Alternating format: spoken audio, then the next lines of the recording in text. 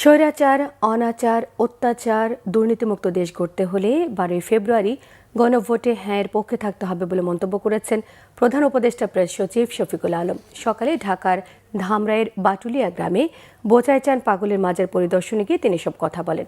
মাজারের খাদেম সাইফুল ইসলামকে সঙ্গে নিয়ে দুর্বৃত্তদের হামলায় মাজারে হওয়া ক্ষয়ক্ষতি ঘুরে দেখেছেন তিনি। জানান, জড়িতদের বিচারের আওতায় আনার কথাও। প্রেস সচিব বলেন, অলি আউলিয়াদের হাত ধরে আমাদের দেশে ইসলাম প্রচার হয়েছে। অলি আউলিয়াদের মাজারে ওরস মোবারক আমাদের ঐতিহ্যের একটি অংশ। যারা মাজার ভেঙেছে তারা আমাদের ঐতিহ্য বিলীনের পায়তারা করছে বলেছেন প্রেস সচিব। এই সময় তার সঙ্গে ছিলেন ধামরাই উপজেলা নির্বাহী কর্মকর্তা খান সালমান হাবিব।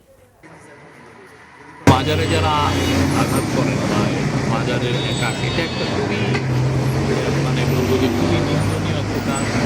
মানুষ জানে যে ভোটে দিলে ভোটে যদি তারা সিল দেয় তো দেশে আর স্বৈরাচার ফিরবে না, দেশে অনাচার ফিরবে না, অত্যাচার ফিরবে না।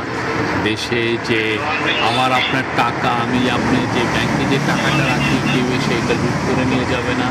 আপনার আমার ছোট ভাই, বাবা মা, ভাই বোনদেরকে কেউ গুম করবে না।